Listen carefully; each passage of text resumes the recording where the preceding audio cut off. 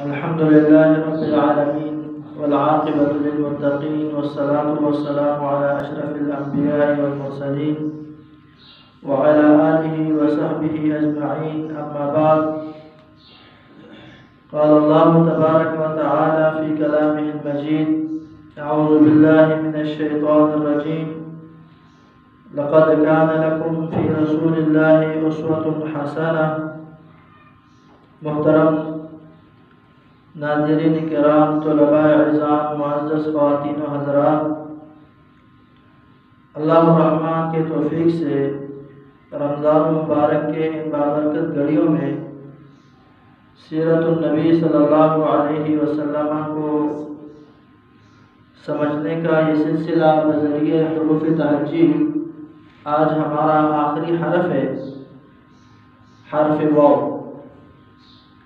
حرف واو کی روشنی میں ہم نے سیرت میں سے نبی صلی اللہ علیہ وسلم کے سیرت کے گوشوں میں سے دو گوشے سمجھنے ہیں۔ ایک ہے وفات صلی اللہ علیہ وسلم اور دوسرا ہے وصایا صلی اللہ علیہ وسلم۔ آپ کا دنیا سے رحلت جانے کا ٹائم، دن، حالات اور اس وقت صحابہ کرام کی کیفیت کیا ہے، اور اللہ کے نبی صلی اللہ علیہ وسلم نے اپنے امت کو، صحابہ کو، مسلمانوں کو کیا وصیتیں خاص کی ہیں، اس کے متعلق آج انشاءاللہ اس مختصر سے کلاس میں گفتگو ہوگی۔ جب سیرت کی کتابیں ہم کھولتے ہیں، پڑھتے ہیں، مطالعہ کرتے ہیں تو ہمیں ملتا ہے کہ نبی صلی اللہ علیہ وسلم کہ رحلت کے مراحل، دنیا سے جانے کے مراحل، آپ کے وفات کے مراحل، وہ سفر کے مہینے میں 11 ہجری کو شروع ہوتے ہیں۔ سفر کے مہینے میں 11 ہجری کو شروع ہوتے ہیں۔ اللہ کے نبی اس سے پہلے حجۃ الوداع کر کے آئے ہیں۔ حجۃ الوداع کے بعد یعنی ذی الحج میں ذی القعدہ، ذی الحج، پھر محرم، پھر سفر، وہ ہے کہ حج کے تیسرے مہینے اللہ کے نبی صلی اللہ علیہ وسلم کے سر مبارک میں شدید الم شروع ہوا، درد شروع ہوا۔ سیرت میں لکھا ہوا ہے کہ نبی صلی اللہ علیہ وسلم سفر کے 29 تاریخ کو بقیع قبرستان سے، بقیع مسجد نبوی کے سائٹ پر آپ نے جو لوگ گئے ہیں ان کو پتہ ہے، جو نہیں گئے اللہ رب العالمین اپنے در سے ان کو لے جانے کے اسباب مہیا فرمائے۔ بقیع قبرستان سے نبی صلی اللہ علیہ وسلم جنازے سے واپس آ رہے تھے۔ فَأَخَذَهُ أَلَمٌ، دوسری روایت میں تھے فَأَخَذَهُ صُدَاعٌ فِي رَأْسِهِ، سر میں شدید درد شروع ہوا۔ قبرستان سے واپس آ رہے تھے جنازے سے، سر میں شدید درد ہوا۔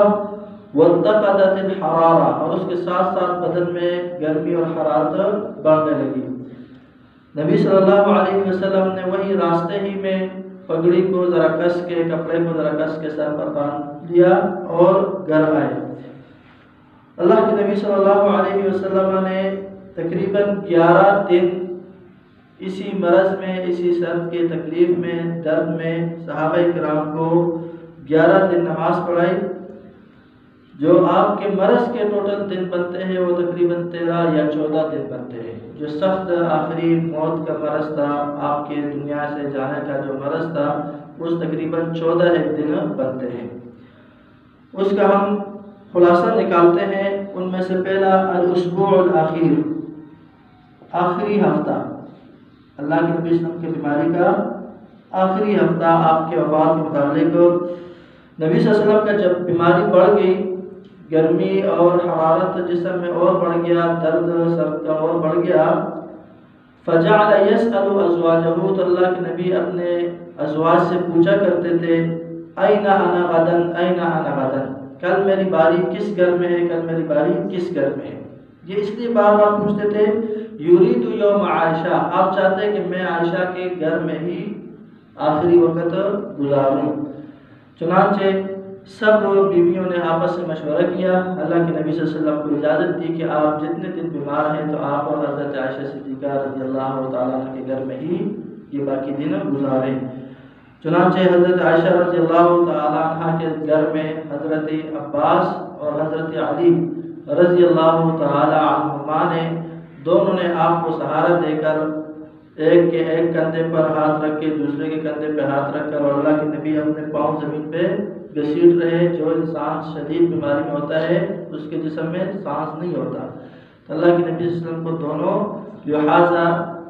اللہ کے نبی صلی اللہ علیہ وسلم کو سہارا دے کر حضرت عائشہ کے گھر میں لائے رضی اللہ تعالیٰ عنہ۔ بیماری شروع ہوئی تھی میمونہ رضی اللہ تعالیٰ عنہ کے گھر میں 29 تاریخ کو شدید بیماری شروع ہوگی، سر درد۔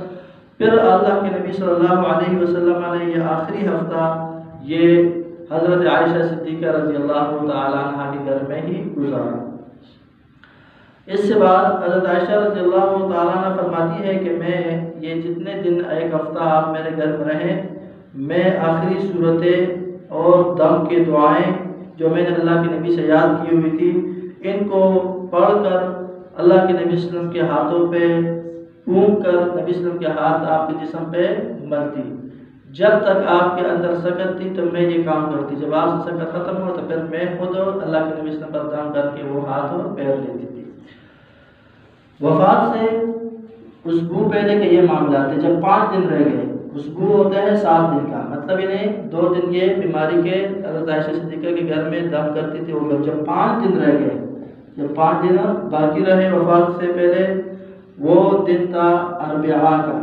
الاربعاء جو ہمارے ہاں اس کو بدھ بولتے ہیں، بدھ کے دن نبی صلی اللہ علیہ وسلم وفات سے 5 دن پہلے بدھ کے دن آپ کے بدن میں حرارت انتہائی تیز ہو گئی، تو آپ نے اس حرارت کو محسوس کیا تو فوراً صحابہ کرام سے کہا کہ جاؤ اور میرے لیے مختلف 7 کنویں سے مشکیزیں بھر کے لاؤ، مختلف 7 کنویں سے مشکیزیں بھر کے لاؤ، کیونکہ وہ حرارت اور بخار اور درد اتنا بڑھ گیا کہ آپ پہ بے ہوشی طاری آنا شروع ہو گئی۔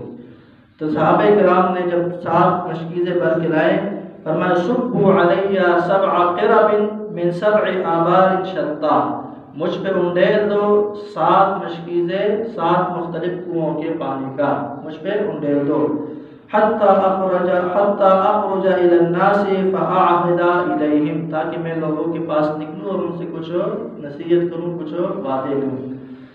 فرماتے ہیں حضرت عائشہ صدیقہ رضی اللہ عنہ فرماتی ہے قالت فاقعدناه في مخزب لحفصة فصببنا عليه الماء صبا، ہم نے نبی صلی اللہ علیہ وسلم کو حضرت حفصہ رضی اللہ تعالی عنہ کے گھر میں ایک بڑا سا ٹب تھا، وہ منگوایا، اس ٹب میں اللہ کے نبی کو بٹھایا اور ہم نے وہ 7 مختلف کنووں کے پانی، ٹھنڈا پانی آپ پر انڈیل دیا، آپ کے جسم میں ذرا سی سکت آئی اور بخار تھوڑا سا کم ہو گیا۔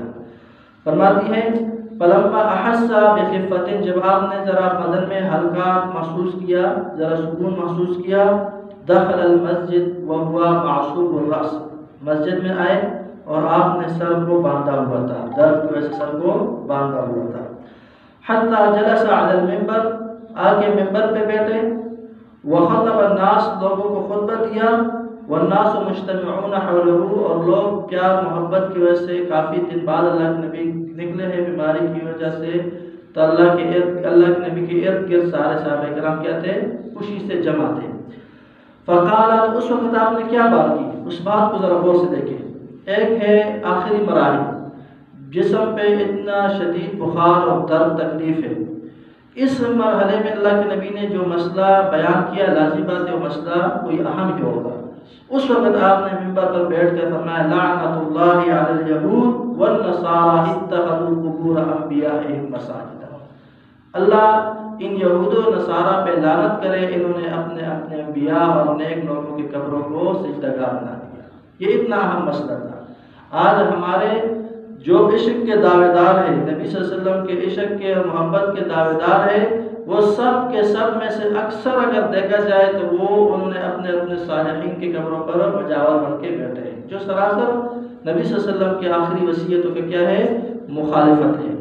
پھر اللہ کے نبی منبر پر بیٹھے رہے، ساتھ ہی اللہ سے دعا کرتے ہیں اللہم لا تجعل قبری وثنا یعبد، اے اللہ مجھ محمد رسول اللہ کی قبر کو وثن نہ بنا، بت نہ بنا کہ اس کی پوجا کی جائے۔ یہ اللہ کا وہ دعا، محمد رسول اللہ کی وہ دعا ہے جو اب تک قبول ہے، اور اللہ نے محمد رسول اللہ صلی اللہ علیہ وسلم کے مسجد نبوی کا انتظام موحدین کے ہاتھ میں کیا ہوا ہے۔ یہ محمد رسول اللہ کی دعا ہے، اس میں نہ آل سعود کا، نہ جمع سعودی والوں کا، نہ اجمعین موحدین کی کمال، یہ اللہ کی وہ محمد رسول اللہ کی دعا کی قبولیت ہے۔ جب آپ نے اس وقت مرض الموت میں فرمایا تھا اللہم لا تجعل قبری وثنا یعبد، اے اللہ میرے قبر کو وثن نہ بنا۔ وثن کہتے ہیں بت کو، وثن کہتے ہیں بت کو جو اس کی پوجا کی جاتی ہے، گاڈ کو نہیں نا، جو آپ کو ہم نے درگاہ بنائی، یہ سب وثن میں آتے ہیں، سب وثن میں آتے ہیں۔ فرمایا یعبد، جس کی پوجا کی جائے۔ تو یہ محمد رسول اللہ صلی اللہ علیہ وسلم نے اتنی شدید مرض میں بھی یہی دعا کی ہے۔ پھر فرماتی ہے حضرت عائشہ صدیقہ رضی اللہ تعالی عنہ ثم نزل، پھر آپ منبر سے اترے، فصلى الظہر، ظہر کی نماز آپ نے پڑھی، ظہر کی نماز آپ نے پڑھی۔ یہ ابھی کون سے دن؟ 5 دن باقی ہے، بدھ کا دن ہے، 5 دن باقی اور یہ بدھ کا دن ہے کہ آپ نے ظہر کی نماز پڑھی۔ ثم رجع فجلس على المنبر، نماز پڑھانے کے بعد پھر آئے منبر پر بیٹھے، پھر مصلی سے اٹھے اور منبر پر بیٹھے۔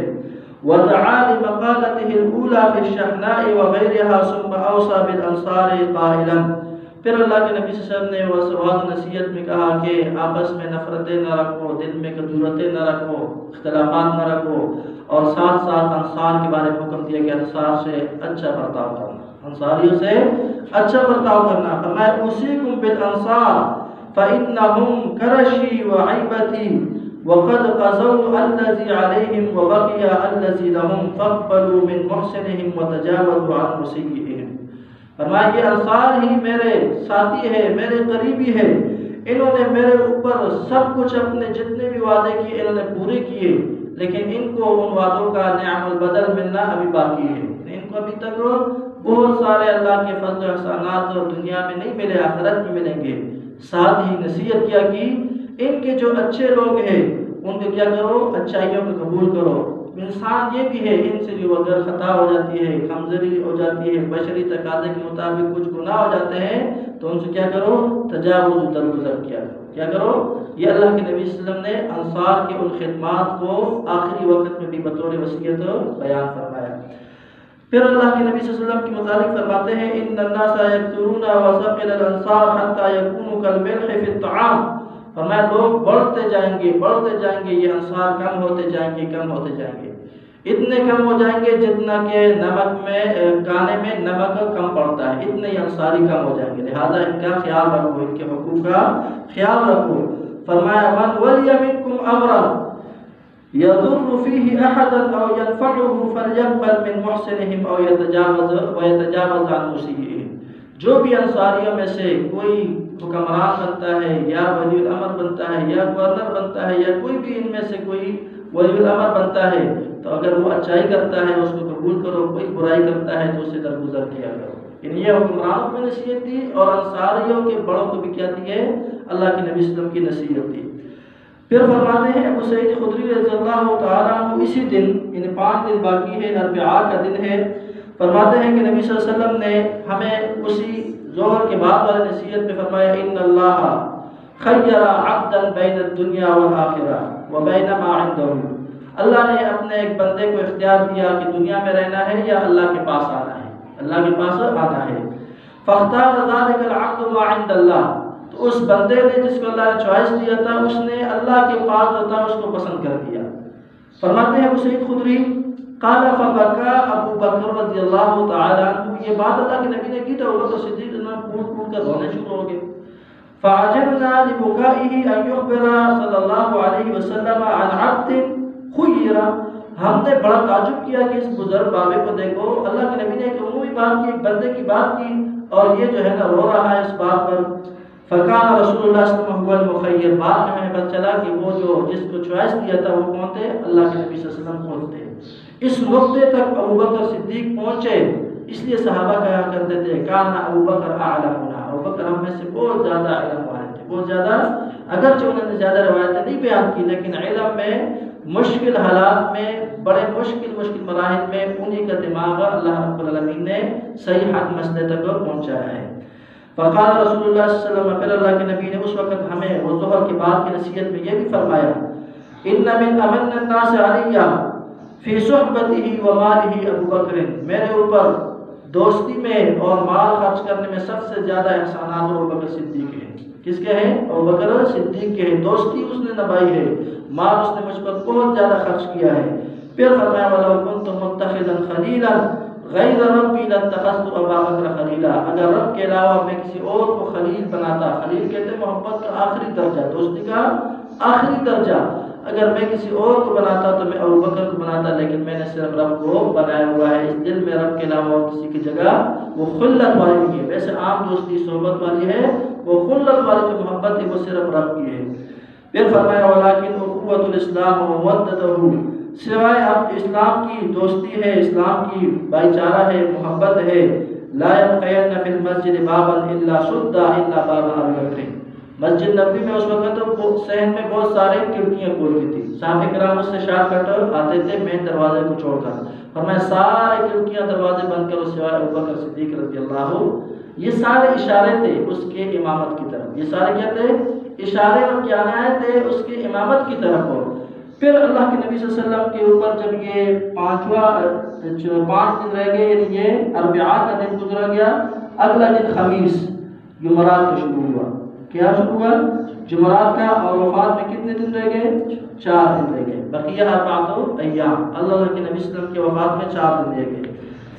یوم خمیس 4 دن پہلے وفات سے نبی صلی اللہ علیہ وسلم کی تکلیف بڑھ گئی، قد اشتد بہ الوجع، آپ کی تکلیف حد درجے تک بڑھ گئی۔ فرمایا ہلما اکتب لکم کتابا لن تضلوا بعدی، بستر پر بیٹھے ہوئے لیٹے لیٹے فرمایا میرے پاس ایک قلم کتاب لے آؤ تاکہ میں تمہارے لیے کچھ باتیں لکھوں جس کے بعد تم کبھی گمراہ نہیں ہوں گے۔ فقال عمر، اس مجلس میں عمر رضی اللہ عنہ موجود تھے، وہ معاملات کو اچھی طرح فہم فراست سے سمجھنے والے انسان تھے۔ اس نے کیا کہا؟ فرمایا اللہ کے نبی صلی اللہ علیہ وسلم غلبہ اور وجہ، اللہ کے نبی پہ تکلیف بہت زیادہ ہے، سخت ہے۔ وعندکم القرآن، قرآن موجود ہے، قرآن میں اللہ کے نبی نے سب کچھ اللہ نے بیان کر دیا ہے۔ لہذا حسبنا کتاب اللہ، اللہ کا کتاب ہمارے لیے کافی ہے، اللہ کے نبی کو تکلیف نہیں دینی چاہیے۔ فرمایا فاختصموا، صحابہ کرام کا آپس میں اختلاف ہو گیا، کچھ نے کہا کہ لے آؤ کاپی لے آؤ، دوات اور قلم لے آؤ، کاپی لے آؤ، اللہ کے نبی کچھ لکھ دیں، اور عمر اور کچھ صحابہ کرام نے کہا نہیں تکلیف بہت زیادہ ہے، لہٰذا نہ لاؤ کتاب اللہ، ہمارے لیے سارے مسائل کافی ہے۔ تو صحابہ کرام کی جب یہ فلما اکثر الغلط والاختلاف عند النبی، جب ان کے بحث مباحثے آپس میں بڑھ گیا اور اللہ کے نبی بیمار ہے، بیٹھے ہوئے تکلیف میں ہے، تو نبی صلی اللہ علیہ وسلم نے فوراً کیا قوموا عنی، جاؤ یہاں سے اٹھو، شور نہ کرو، جاؤ یہاں سے اٹھو، اور ساتھ ہی فرمایا وَأَوْصَى ذَلِكَ الْيَوْمِ بِثَلَاثٍ، اس وقت 3 وصیتیں زبانیں کر دی، 3 وصیتیں کیا کر دی؟ زبانی آپ نے کر دی۔ ایک فرمایا اخرج المشرکین من جزیرۃ العرب، یہ جو جزیرۃ العرب کا ہمارا علاقہ ہے، حجاز ہے، مہینہ جو یہ سارا علاقہ آتا ہے، اس میں کوئی مشرک آج کے بعد نہیں رہے گا، ایک وصیت کی۔ ثم واجیز الوفد بنحو ما كنت اجیزهم، جو وفود آتے ہیں، مہمان آتے ہیں، غیر مسلم ہو یا مسلمان، جو مہمان آتے ہیں، وفد آتے ہیں، جو حکومت کے کیا ہوتے ہیں؟ مہمان، ان کو اسی طرح عزت دو جس طرح میں اپنے زندگی میں دیتا تھا، ان کو اسی طرح خیال رکھنا ہے، پروٹوکول دینا ہے جس طرح میں کیا کرتا تھا۔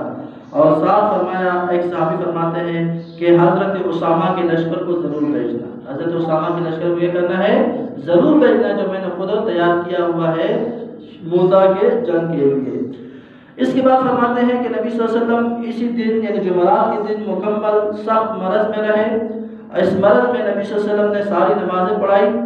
جب جمعرات کے دن جو 4 دن وفات سے پہلے ہے، ام الفضل بنت الحارث فرماتی ہے سمعت رسول صلی اللہ علیہ وسلم یقرأ فی المغرب، یہ جو جمعرات کا دن تھا وفات سے 4 دن قبل میں نے خود اللہ کے نبی کو سنا مغرب کی نماز پڑھ رہے تھے، والمرسلات عرفا فالعاصفات عصفا، سورہ مرسلات آپ نے تلاوت کی ہے۔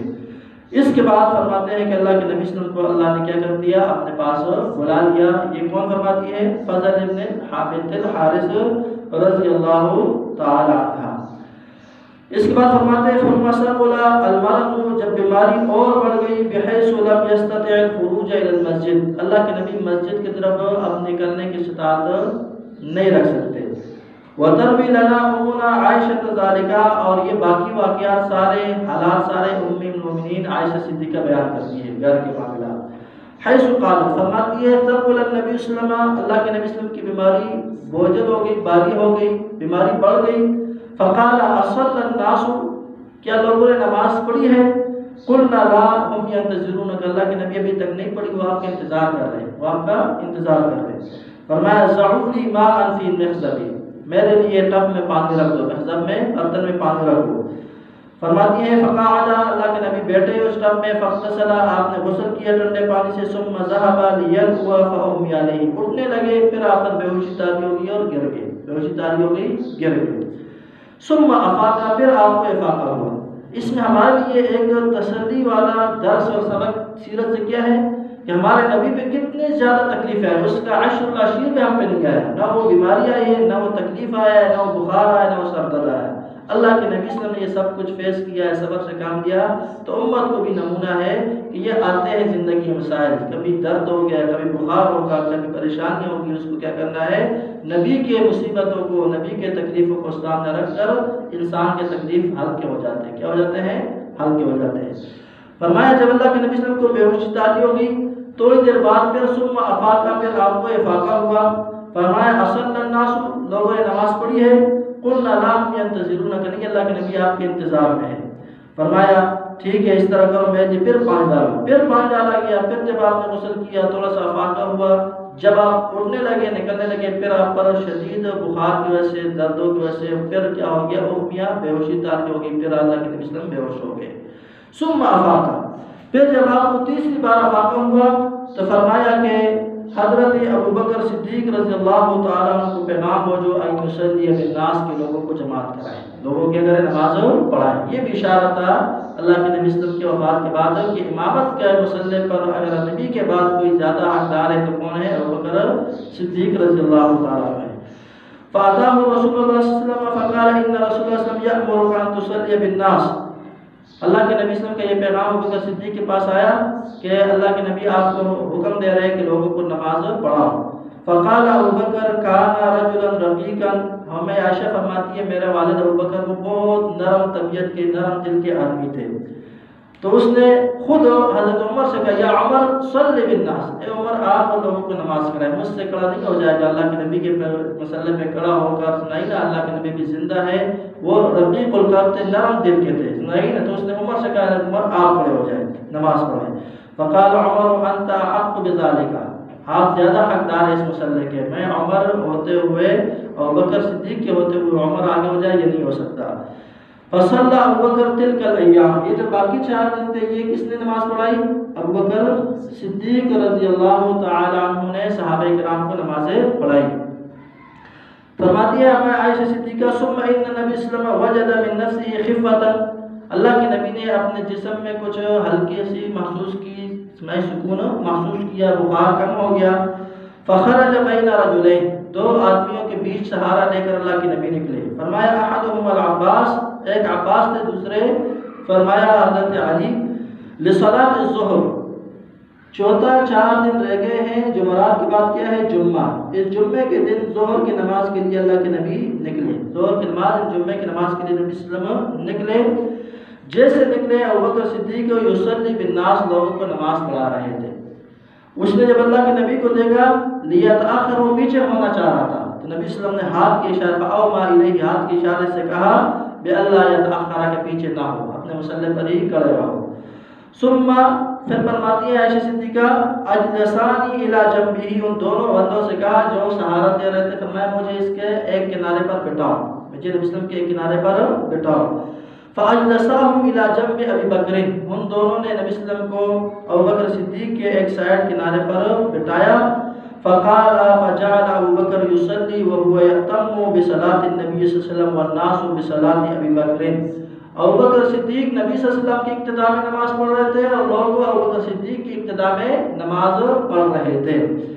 فرماتے ہیں وجاء فی بعض الالفاظ، بعض الفاظ میں آتا ہے کہ حضرت امی عائشہ صدیقہ رضی اللہ تعالیٰ عنہ فرماتی ہے کہ جب اللہ کے نبی نے حکم دیا نا کہ ابوبکر کو حکم دو، تو راجعتہ، میں نے اللہ کے نبی صلی اللہ علیہ وسلم کے بار بار اس بحث میں کیا کیا، مراجعہ کیا کہ اللہ کے نبی کسی اور کو حکم دے، ابوبکر کو حکم نہ دے، وہ نرم طبیعت کے ہے، نرم دل کے ہے، وہ آپ کی جگہ پر کھڑا ہو نہیں سکے گا، رو جائے گا، اس لیے کسی اور کو حکم دے۔ تو نبی صلی اللہ علیہ وسلم نے پھر حکم سختی سے دیا، مروا ابا بکر فلیصلی بالناس، ابوبکر کو حکم دو وہ لوگوں کو نماز پڑھائیں۔ پھر اللہ کے نبی انکن صواحب یوسف، تم بھی اس یوسف علیہ السلام کی ان خواتین کی طرح ہو، نہیں نا کہ تم کیا کرتے ہو، بڑی چالاکی کرتے ہو۔ امی عائشہ صدیقہ رضی اللہ تعالی عنہ کا دل بھی چاہتا ہے کہ میرا باپ یہ شرف پائے، لیکن چونکہ بیماری ہے اور وہ عرب کا معاشرہ نحوست، عرب کا معاشرہ بدفالی والا بہت جلدی پکڑتے تھے، تو وہ یہ کہ اس بات سے ڈرتی تھی کہ میرے ابا جان اگر مصلی پہ کھڑے ہوئے تو کہیں لوگ یہ نہ کہیں کہ اس کو کیا جلدی تھی، دیکھو اللہ کے نبی صلی اللہ علیہ وسلم کو ابھی بیماری میں ہے اور یہ اتنا جلدی سے نہیں مصلی پر آ گیا، چونکہ اس وقت حاسدین بھی تھے، منافقین بھی تھے، یہودیوں کا اس وقت برمار پروپیگنڈا میڈیا بھی بڑا سخت تھا، خاص کر منافقین کا، تو وہ اس بات سے ڈرنا چاہتی کہ انگلیاں میرے ابا جان کی طرف نہ اٹھے، اس لیے مراجعہ کر رہی تھی، وگرنہ یہ شرط ہر کوئی چاہتا ہے کہ نبی صلی اللہ علیہ وسلم کی مصلی پہ کیا ہو، کھڑا ہو جائے۔ فرماتی ہے کہ یہ 4 دن ابوبکر صدیق نے نماز پڑھائی جب ابھی وفات سے 1 دن پہلے، قبل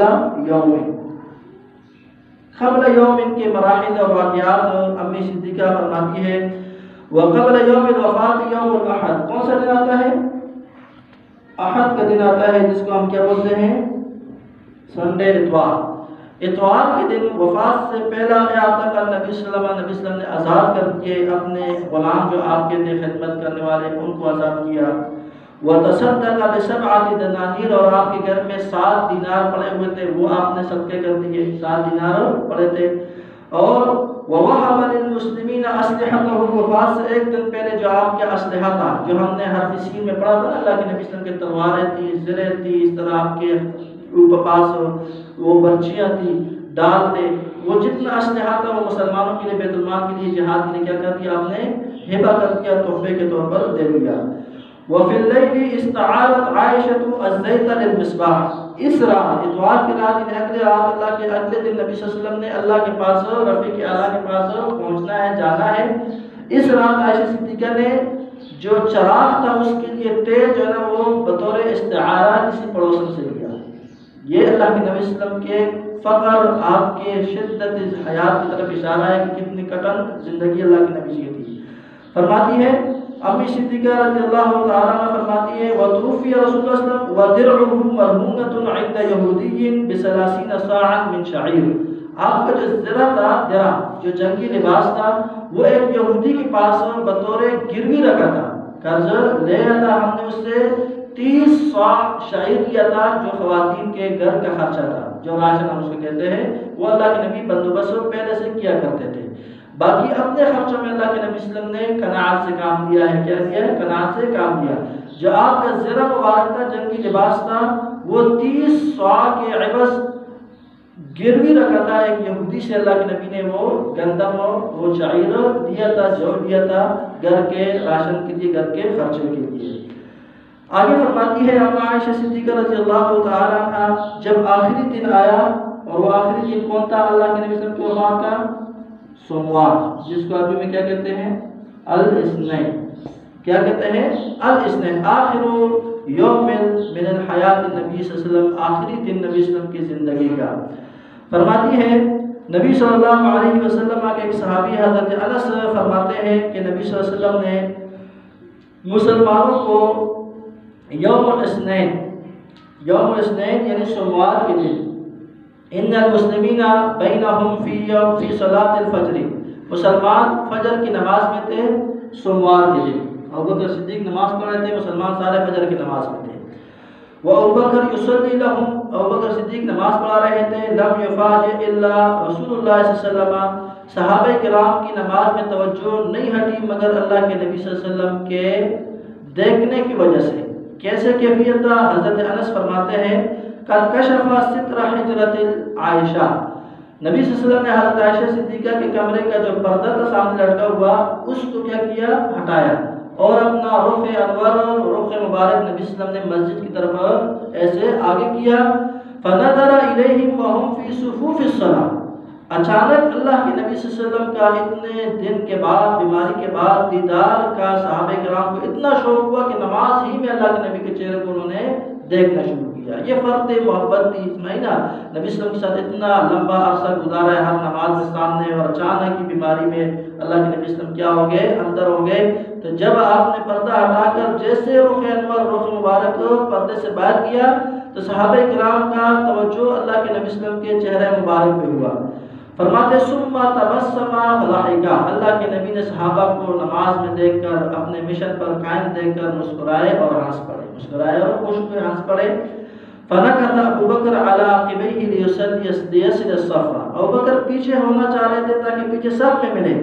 اس کا خیال تھا وظن ان رسول اللہ صلی اللہ علیہ وسلم یرید ان یخرج الی الصلاۃ، انہوں نے یہ سمجھا کہ شاید اللہ کے نبی کمرے سے نکلنا چاہ رہے ہیں اور نماز کے لیے آ رہے ہیں، تو وہ پیچھے ہو رہے تھے۔ تو نبی صلی اللہ علیہ وسلم نے فرمایا کہ اپنے ہاتھ سے اشارہ کیا اعلیٰ مکان کو، اپنی جگہ پر کھڑے رہو۔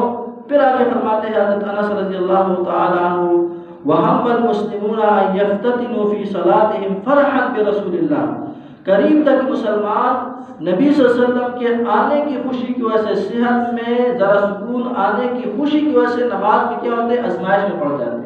قریب تھا کہ فرد خوشی کی وجہ سے، خوشی کی انتہا کی وجہ سے، نبی صلی اللہ علیہ وسلم کے واپس صحت مند ہونے کی وجہ سے کیا ہو جاتے؟ نماز میں آزمائش میں پڑ جاتے، مطلب نماز میں کیا ہو جاتے؟ توڑ دیتے۔ نماز میں فتنہ مطلب نماز میں آزمائش ہو جاتی۔ فرماتے ہیں فاشار الیہم رسول اللہ صلی اللہ علیہ وسلم بیدہ، ابو بکر کو صحابہ کرام کو ہاتھ سے اشارہ کیا کہ نماز پڑھو، نماز پڑھو۔ پھر فرماتے ہیں اتموا صلاتکم، نماز پڑھو۔ ثم دخل الحجرہ، پھر آپ واپس اپنے حجرے میں اندر داخل ہوئے۔ وارخ الستر، پردہ واپس نیچے گرایا۔ ثم لم یأتی علی رسول اللہ صلی اللہ علیہ وسلم صلاۃ وقت صلاۃ اخری، اس صبح کی نماز کے بعد دوسرا ٹائم اللہ کے نبی پر نماز کا کوئی نہیں آیا دنیا میں۔ گویا کہ اللہ کے نبی صلی اللہ علیہ وسلم اس سوموار کے دن ظہر کی نماز تک نہیں رہے، ظہر کی نماز تک، کیونکہ فجر کے بعد دوسری نماز ظہر کی ہوتی ہے۔ حضرت انس فرماتے ہیں ولما ارتفع الضحیٰ، جب دن چڑھ گیا، چاش کا ٹائم ہو گیا، دعا نبی صلی اللہ علیہ وسلم فاطمہ، اپنے بیٹی فاطمہ الزہرا کو بلایا۔ نبی صلی اللہ علیہ وسلم جب اس کو بلایا، بیٹی آئی اور اس سے باتیں کی کہ آپ کا بابا جان دنیا سے جانے لگے ہیں۔ فساد رہا بشیء، کان میں کچھ سرگوشیاں کی نبی صلی اللہ علیہ وسلم نے اس کے، فبکت، وہ رونے لگی۔ ثم سار رہا فضحکت، پھر دوسرے کان میں آپ نے سرگوشی کی، وہ ہنسنے لگی۔ فرماتی ہے امی عائشہ صدیقہ رضی اللہ تعالی عنہا کہ میں نے بعد میں اللہ کے نبی صلی اللہ علیہ وسلم کی بیٹی فاطمہ الزہرا سے پوچھا کہ اللہ کے نبی نے آپ کو ایک کان میں سرگوشی کی، آپ روئی، دوسرے کان میں سرگوشی کی، آپ ہنسی، کیا ماجرا ہے، کیا کہا تھا؟ امی عائشہ صدیقہ رضی اللہ تعالی عنہ کو فرماتی ہے حضرت فاطمہ الزہرا رضی اللہ تعالی عنہ فرماتی ہے کہ اللہ کے نبی نے سارنی النبی صلی اللہ علیہ وسلم فاخبرنی انه يقبض في وجعه الذي توفي فيه فبكيت، کہ یہ جو تکلیف ہے، اس تکلیف میں میں اللہ کے پاس جانے لگا ہوں، اسی تکلیف میں میں کیا ہوں؟ دنیا سے رخصت ہونے لگا ہوں، اس لیے میں روئی۔ ثم سارنی، جب دوسری دفعہ اللہ کے نبی نے میرے ساتھ سرگوشی کی، فاخبرنی، تو اللہ کے نبی نے اس سرگوشی میں مجھے کہا انی اول اہل بیتہ اتبعہ، سب سے گھرانے میں سب سے پہلے میں اس دنیا میں نبی صلی اللہ علیہ وسلم کے پاس جا کر ملنے والی ہوں، یعنی اللہ کے نبی کے وفات کے بعد سب سے پہلے اللہ کے نبی کے گھرانے میں سے سب سے پہلے میں آپ کے پاس جانے والی ہوں۔ فضحکت، تو میں ہنس پڑی اس بات پر۔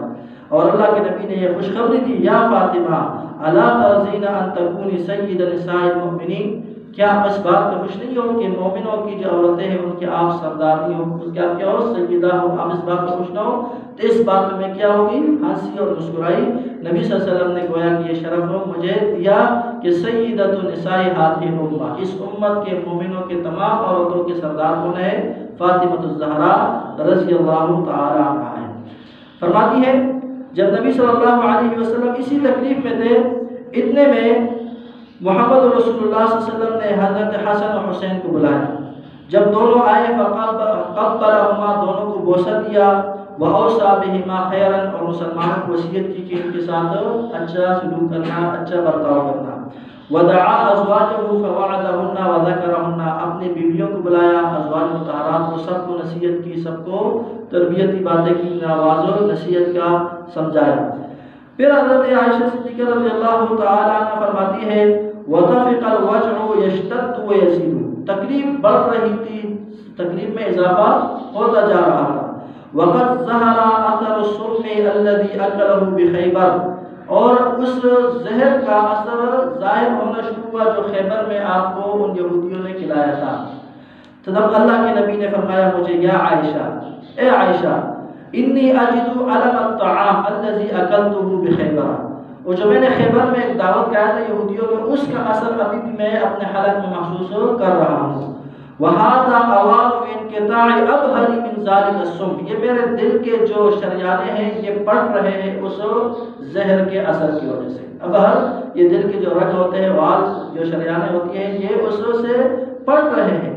فرماتی ہے عائشہ صدیقہ رضی اللہ تعالیٰ عنہ، اسی دن آپ کا وقت الاحتضار شروع ہوا. وقت الاحتضار، جان کنی کا علم، روح نکلنے کا ٹائم، جس کو ہم زن کدن کا ٹائم بھی کہتے ہیں. سانس دنیا میں آخری ٹائم جو ہوتا ہے جان کنی کا، زن کدن کا، نہیں نا، احتضار کا ٹائم شروع ہوا. فرماتی ہے عائشہ صدیقہ وبدأ الاحتضار، آپ کے جان کنی کا عالم شروع ہوا. فاسندته الى صدری، میں نے نبی صلی اللہ علیہ وسلم کو ٹیک دیا اپنے سینے کے ساتھ. عائشہ صدیقہ فرماتی ہے میں نے اللہ کے نبی کو کیا کیا، ٹیک دیا اپنے سینے کے ساتھ. وکانت تقول، عائشہ صدیقہ رضی اللہ تعالیٰ عنہ بعد میں بھی یہ بات بطور فخر کہا کرتی تھی، ان من نعم اللہ علیہ، مجھ پر اللہ کی بڑی نعمتیں ہیں. ان نعمتوں میں سے ایک یہ بھی ہے کہ توفی رسول اللہ صلی اللہ علیہ وسلم فی بیتی وفی یومی وفی صخری ونخلی، اللہ کے نبی صلی اللہ علیہ وسلم میرے گھر میں فوت ہوئے ہیں، میرے باری والے دن فوت ہوئے ہیں، اور میرے گلے اور سینے کے بیچ میں سر رکھ کر اللہ کے نبی صلی اللہ علیہ وسلم فوت ہوئے. یہ بطور فخر امی عائشہ صدیقہ رضی اللہ عنہ بیان کرتی تھی. اور ساتھ یہ فرماتی تھی وَأَنَّ اللَّهَ جَمَعَ بَيْنَ رِيقِي وَرِيقِهِ عِنْدَ مَوْتِهِ، اللہ نے موت کے وقت بھی میرے لعاب کو اور اللہ کے نبی کے لعاب کو آپس میں ملایا تھا. اور یہ معاملہ آپ کو میں پیچھے بیان کر چکا ہوں.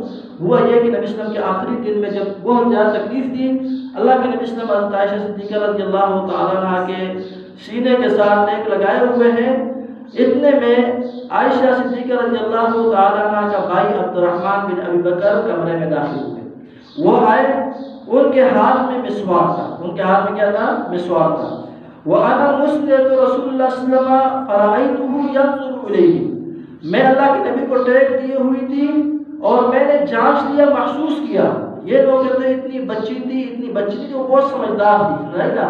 فرمایا کہ میں نے اس تکلیف کے حالت میں محسوس کیا کہ اللہ کے نبی کیا چاہتے ہیں. اور یہ ہوتا ہے ایک کمال والی بیوی کی اس میں خوبی کہ وہ شوہر کے بولنے سے پہلے اس کے اشاروں سے سمجھ جائے، اس کے ضروریات کو پورا کرنے کے لیے کیا ہو جائے، لبیک کہے. فرماتی میں سمجھ گئی کہ اللہ کے نبی صلی اللہ علیہ وسلم کیا چاہتے ہیں، یحب السواک، مسواک کو پسند فرماتے ہیں. تو میں نے اپنے بھائی سے کہا مسواک دے دو. میں نے بھائی سے مسواک لیا. نبی صلی اللہ علیہ وسلم کے لیے جب دینے لگی وہ سخت تھا. وہ کیا تھا؟ سخت تھا.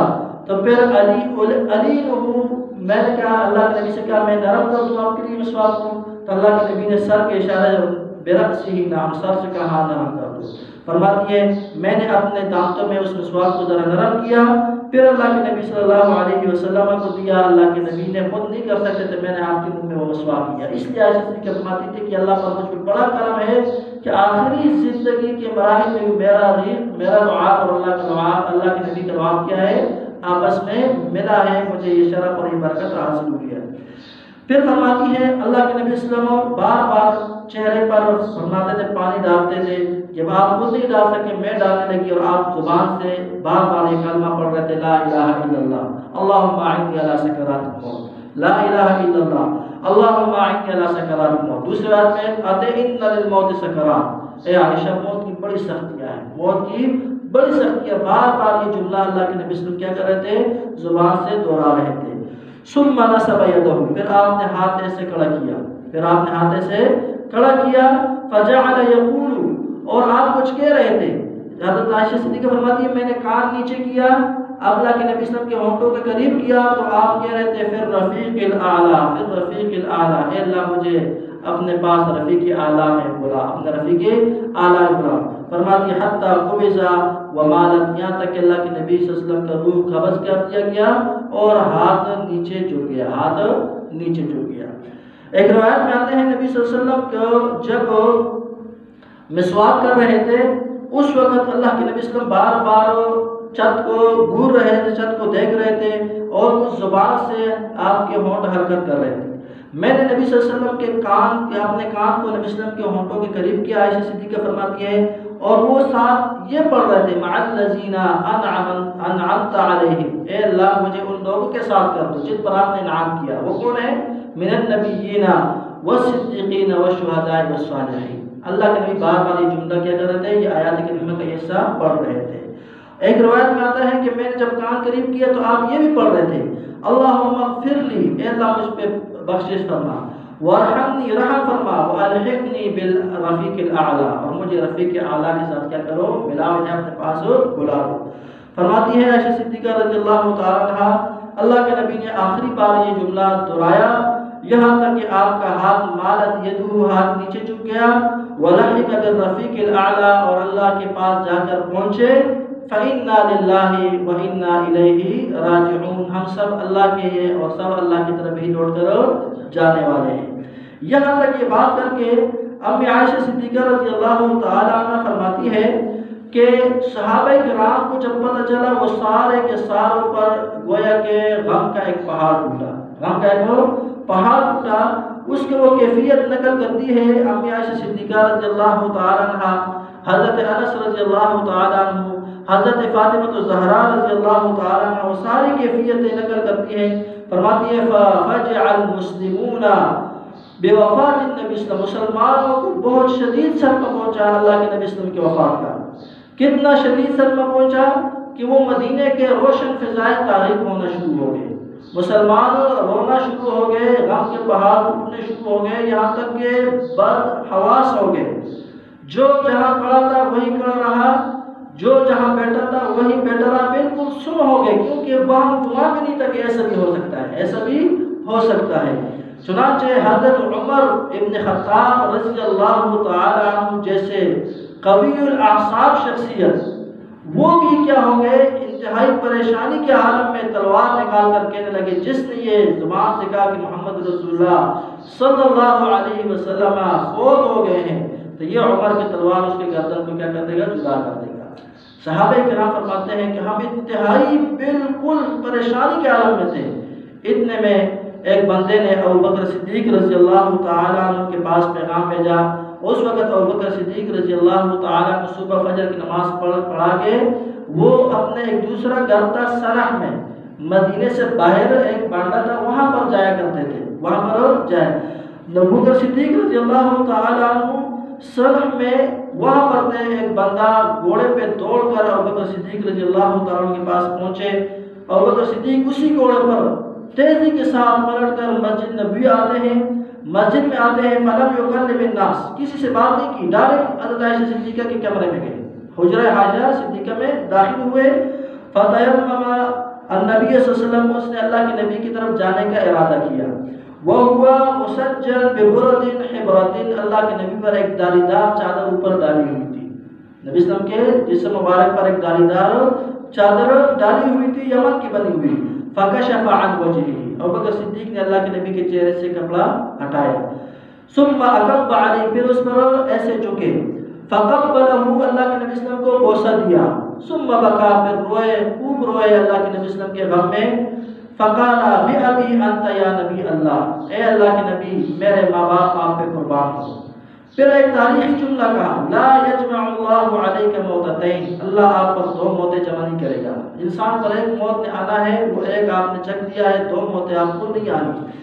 اما الموتۃ التي كتبت عليك فقد متها، وہ جو ایک موت جو ہر انسان پہ لکھی ہوئی وہ تو آپ وہ اس کو پی چکے ہیں، اس کو آپ چک چکے ہیں۔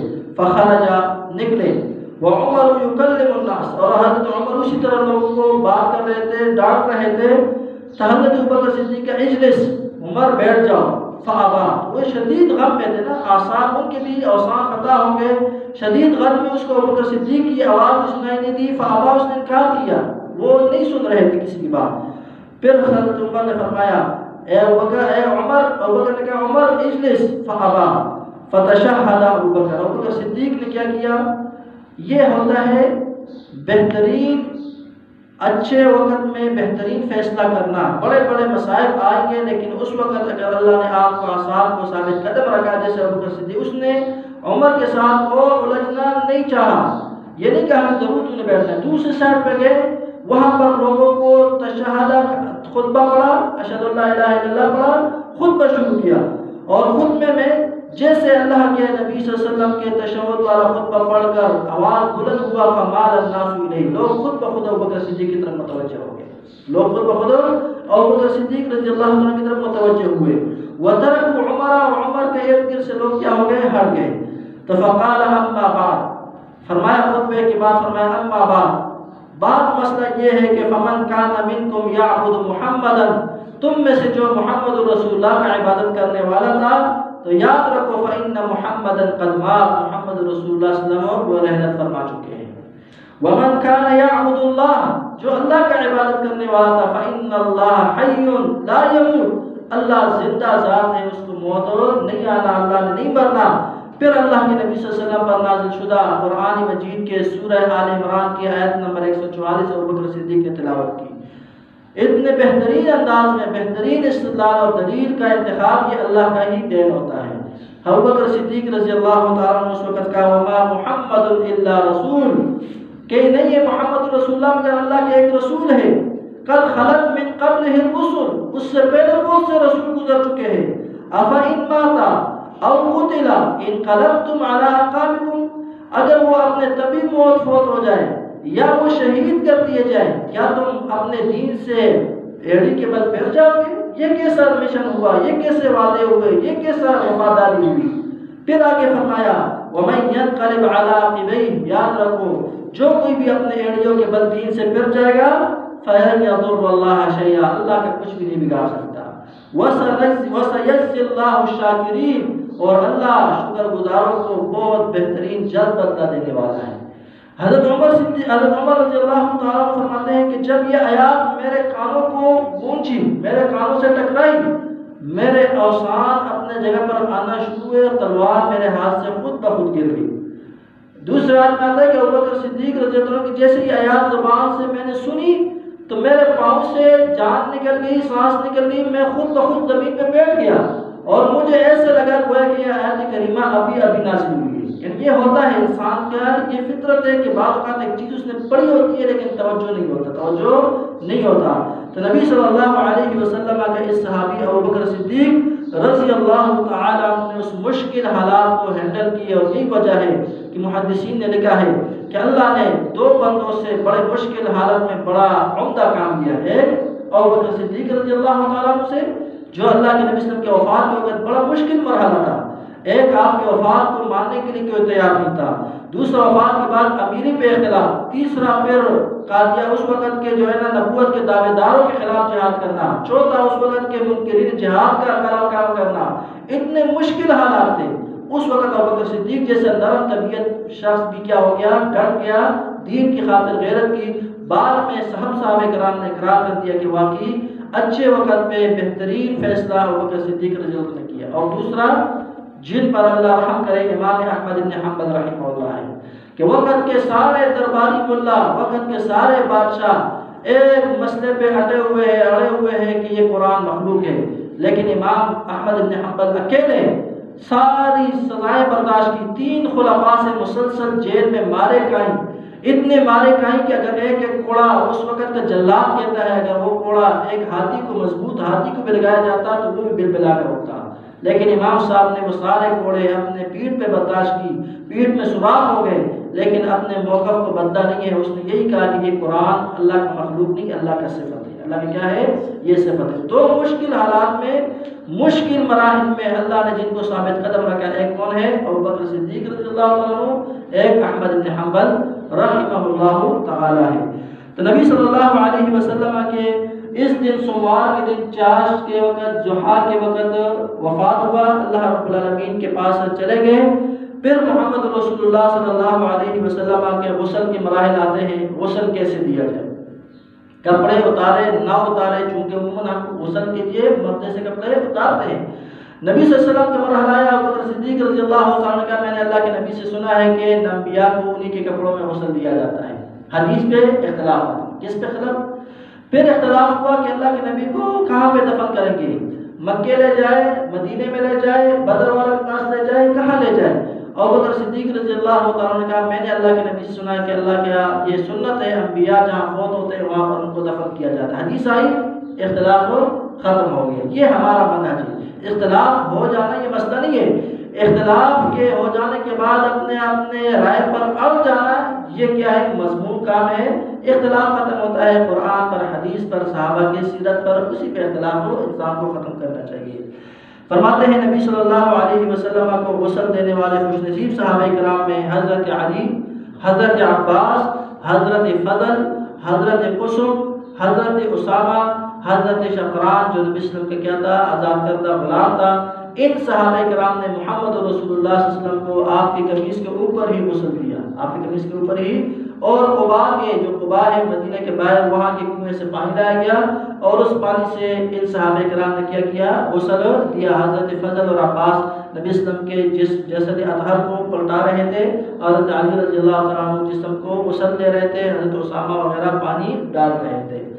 اس کے بعد نبی صلی اللہ علیہ وسلم کے کفن کی باری آئی، محمد رسول اللہ صلی اللہ علیہ وسلم کو 3 کپڑوں میں کفنایا گیا، 3 کفن اللہ کے نبی صلی اللہ علیہ وسلم کو دیے گئے۔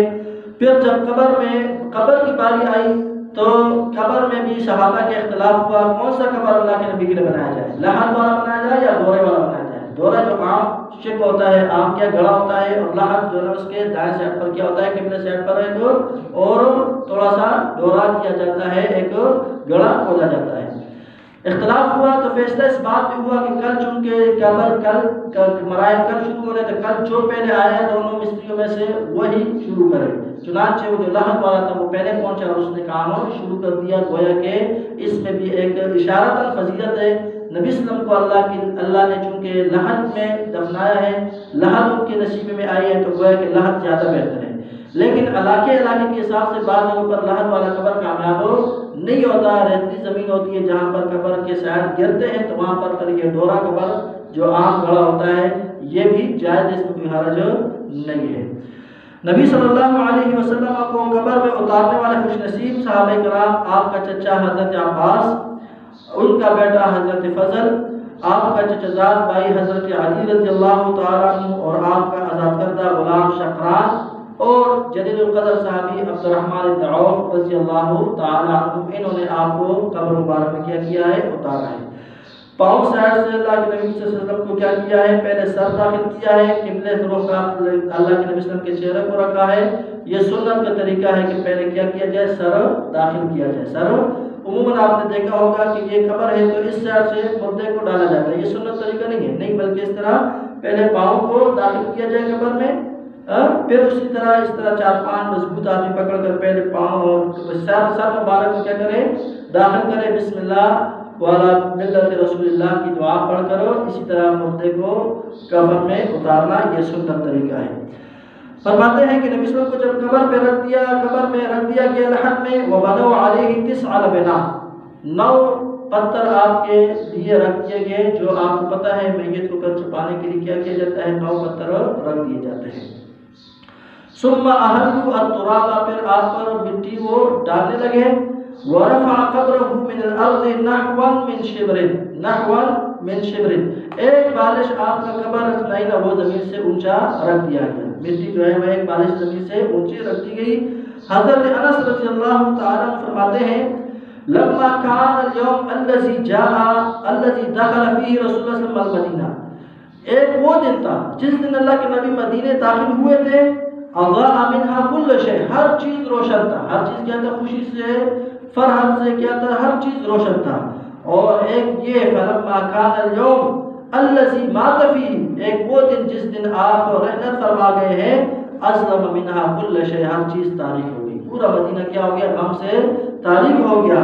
وما نفضنا ايدينا من التراب الا وقد انكرنا قلوبنا، ہمارے ہاتھ مٹی ڈالنے کی طرف جا ہی نہیں رہے تھے، دل کے نہ چاہتے ہوئے ہم مٹی ڈال رہے تھے، شدید غم کی وجہ سے۔ یہ صحیح مسلم کی روایت ہے کہ ہمارا دل ہاتھ وہ مٹی ڈالنے کے لیے بڑھ نہیں رہے تھے، لیکن دل پر زبردستی کرتے ہوئے ہم نے کیا کیا، اللہ کے نبی پر مٹی ڈال دیا اور اسی غم میں ہم آئے۔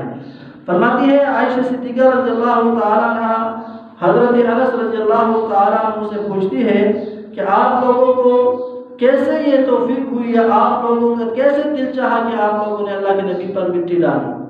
اس سے پتہ چلتا ہے کہ محمد رسول اللہ کا تعلق دنیا سے ختم ہو چکا ہے، وہ اللہ کے پاس جا چکے ہیں۔ یہ قرآن کا نص ہے انک میت و انہم میتون، یقیناً آپ بھی اللہ کے پاس جانے والے ہیں، لوگوں نے بھی فوت ہونا ہے، لوگوں نے بھی کیا کرنا ہے، مرنا ہے۔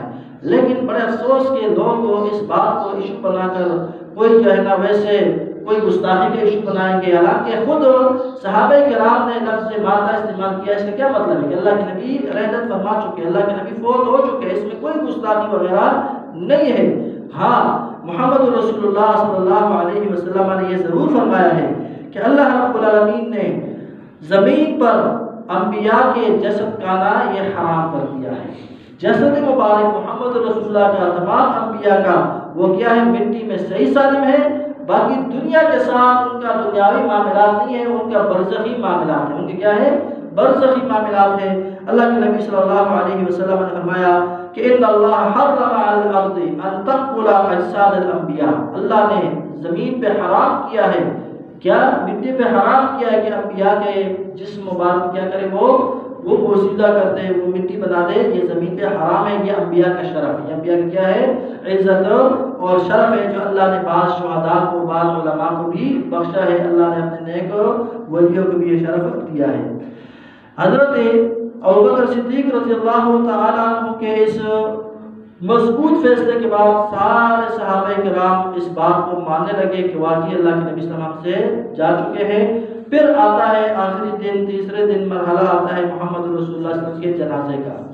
آپ صلی اللہ علیہ وسلم کے جنازے کا معاملہ عام مسلمانوں کے جنازے کے متعلق مثال نہیں تھا، بلکہ صحابہ کرام فرماتے ہیں جب ہم نے اللہ کے نبی صلی اللہ علیہ وسلم آپ کو کفن دیا، غسل دیا، آپ کا قبر آپ کے اس چارپائی کے نیچے بنا دیا گیا، چارپائی جب سیٹ پہ کر دی گئی، تو پھر جب آپ کا جنازہ بالکل تیار ہوا تو 10 صحابہ کرام وہ حجرے میں جاتے تھے، وہاں پر درود و سلام پڑھتے تھے اور پھر باہر نکلتے۔ اسی طرح اللہ کے نبی صلی اللہ علیہ وسلم کا یہ کیا تھا، جنازہ تھا، اسی طرح پر درود و سلام کے ساتھ اللہ رب العالمین کے پاس رخصت کر دیا، دنیا سے محمد رسول اللہ صلی اللہ علیہ وسلم کا رحلت ہو چکا تھا۔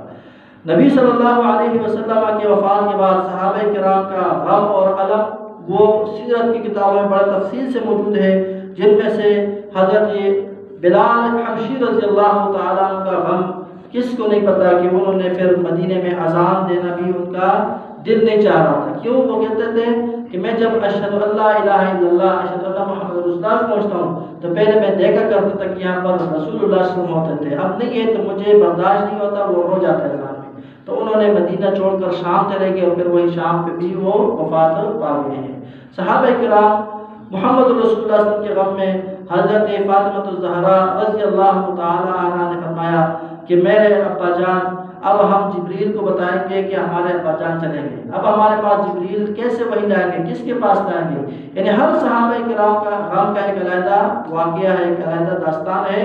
ہمارے لیے آج کے درس میں خلاصہ کیا ہے کہ ہر ایک بندے نے، جو بھی جی روح ہے، اس نے موت کا ذائقہ چکھنا ہے۔ کل نفس ذائقۃ الموت۔ اگر اس دنیا میں کسی کے لیے خلود ہوتا، کسی نے ہمیشہ رہنا ہوتا، تو محمد رسول اللہ صلی اللہ علیہ وسلم ہمیشہ رہتے، لیکن چونکہ دنیا میں کسی نے ہمیشہ نہیں رہنا، ہمیشہ رہنے والی ذات ایک اللہ ہے۔ کل شیء ہالک الا وجہ ربک، ہر چیز نے مر جانا ہے سوائے تیرے رب کے چہرے نے، تیرے رب کے ذات نے۔ تو ہمیں اس موت کی تیاری کرنی ہے جس موت کا ہم نے آج محمد رسول اللہ صلی اللہ علیہ وسلم کے حرف وہ، سیرت کے حرف وہ کی روشنی میں وفات ہو کا تذکرہ پڑھا ہے۔ محمد رسول اللہ صلی اللہ علیہ وسلم نے وفات سے پہلے چند خاص نصیحتیں کی ہیں اس جانکنی کے عالم میں، جن میں نماز کی خصوصی وصیت کی، غلاموں کے ساتھ عبد کے ساتھ خصوصی حسن سلوک کا، عورتوں کے ساتھ خصوصی تعلق، خصوصی حسن سلوک کا اللہ کے نبی صلی اللہ علیہ وسلم نے کیا کیا ہے، وصیت کیا ہے۔ اسی طرح یہود و نصارہ کو، وہ جزیرۃ العرب سے مشرکین کو نکالنے کا اللہ کے نبی صلی اللہ علیہ وسلم نے خصوصی نصیحت کیا ہے۔ مسجدوں کو کیا کرنا ہے، قبرستان نہیں بنانا، اور قبروں کو مسجد سجدگاہ نہیں بنانا، یہ آپ کی خصوصی وصیات میں سے۔ خصوصاً نماز کے متعلق آپ صلی اللہ علیہ وسلم نے مرحلہ موت کے اس بیماری سخت مراحل میں بھی کیا کہا؟ الصلاۃ الصلاۃ وما ملکت ایمانکم، اے لوگوں نماز کا خیال رکھو، نماز کا خیال رکھو، جو تمہارے ہاتھ کے نیچے کام کرنے والے ماتحت ہیں ان کا خیال رکھو، ملازم ہے، غلام ہے، کام کرنے والے ہیں، ان سب کا خیال رکھو، ان کے بارے میں پوچھا جائے گا۔ یہ محمد رسول اللہ صلی اللہ علیہ وسلم کی کیا وصیتیں تھی؟ ان میں سے آخری وصیت جو بہت زیادہ ضروری ہے وہ ہے الظن باللہ، کہ اللہ کے بارے میں اچھا گمان ہمیشہ رکھا کرو۔ حالات ذرا ٹف ہو گئے، شکوے شکایتیں نہ کرو، اللہ پہ اچھا گمان رکھو، انشاءاللہ یہ وقت گزر جائے گا، اسی میں میرے لیے خیر ہوگی۔ بیماری آ گئی، پریشانی آ گئی، مصیبت آ گیا، اولاد فوت ہو گئے، کاروبار میں نہ کوئی گھاٹا ہو گیا، یا کوئی بیماریاں، دشمن کا خوف، کوئی بھی مراحل آئے تو منافقوں کی طرح یا ہمارے منافقانہ میڈیا کی طرح نہیں نہ خوف و ہراس نہیں پھیلانا، فوراً اللہ پر اچھا گمان کرتا ہے۔ یہ اللہ کے نبی نے آخری جاتے جاتے اپنے امت کو کیا کیا ہے؟ وصیت کی، اور یہ ایک بہت بڑا کیا ہے؟ انسان کو تسلی دینے والی وصیت ہے کہ الظن باللہ، حسن الظن باللہ، ہر معاملے میں اللہ کے بارے میں اچھا گمان رکھو کہ وہ رب کریم کے علم، اس رب کریم کے قدرت، اس کے اختیار، اس کے بادشاہی کے نیچے ہے۔ اگر مجھے غم پہنچتا ہے تب بھی اس کو پتہ ہے، میرے اولاد فوت ہوئے تب بھی اس کو پتہ ہے، میرے کاروبار میں گھاٹا ہے تب بھی اس کو پتہ ہے، میرے دوست اور اقارب مجھ سے دور ہے تب بھی اس کو پتہ ہے، میرے اوپر بیماری آئی ہے تب بھی پتہ ہے، میرے گھر میں کوئی مشکل ہے تب بھی پتہ ہے۔ جب یہ آپ اپنے رب پر حسن گمان کرو گے تو انسان کو پھر اس مشکل کو فیس کرنا آسان ہو جاتا ہے۔ جب اللہ پر گمان اچھا نہیں ہوتا اور منافقانہ اور میڈیا کے باتوں پر ہم توجہ دیں گے تو پھر انسان خوف و ہراس کا شکار ہو جاتا ہے، احساس کمتری کا شکار ہو جاتا ہے، پھر انسان کے اندر ڈر شروع ہو جاتا ہے اور شکوے اور شکایتیں پھر رب کے فیصلوں پر آنا شروع ہو جاتے ہیں۔ اللہ سے دعا ہے کہ اللہ رب العالمین ہمیں محمد رسول اللہ صلی اللہ علیہ وسلم کے اس سیرت کو جو مختصر سے ہم نے کچھ کوشش کی ہے، اگر یہ سب درست ہے، اس میں کوئی اچھائی ہے تو وہ اللہ کریم کی طرف سے، اس کے فضل توفیق سے ہے۔ اس میں کوئی کمی کوتاہی ہے، کوئی نقص ہے، کوئی غلطی ہے تو مجھ اور شیطان کی طرف سے ہے۔ اللہ رب العالمین ہمیں معافی فرمائے، اللہ ہماری اصلاح فرمائے۔ کل کا آخری درس ہوگا انشاءاللہ الرحمن، وہ ہے کہ محمد رسول اللہ کا اتنا معطر سیرت، اتنا خوشبو والا سیرت، اتنا پیارا سیرت جو ہم نے مختصر کچھ نہ کچھ ٹچ کیا ہے، کچھ نہ کچھ گوشے، ہر حرف حروف تہجی کی روشنی میں الف سے لے کر یا تک پڑھے ہیں۔ اس کا مقصد کیا ہے؟ اس سیرت بیان کرنے کا مقصد کیا ہے؟ اور ایک بہت بہترین دل کو خوش کرنے والے حدیث پر کل گفتگو ہوگی کہ اللہ کے نبی صلی اللہ علیہ وسلم نے فرمایا میرے کچھ بھائی ہیں جن کو میں بڑا شوق کرتا ہوں، بڑا چاہتا ہوں کہ میں ان سے ملاقات کروں۔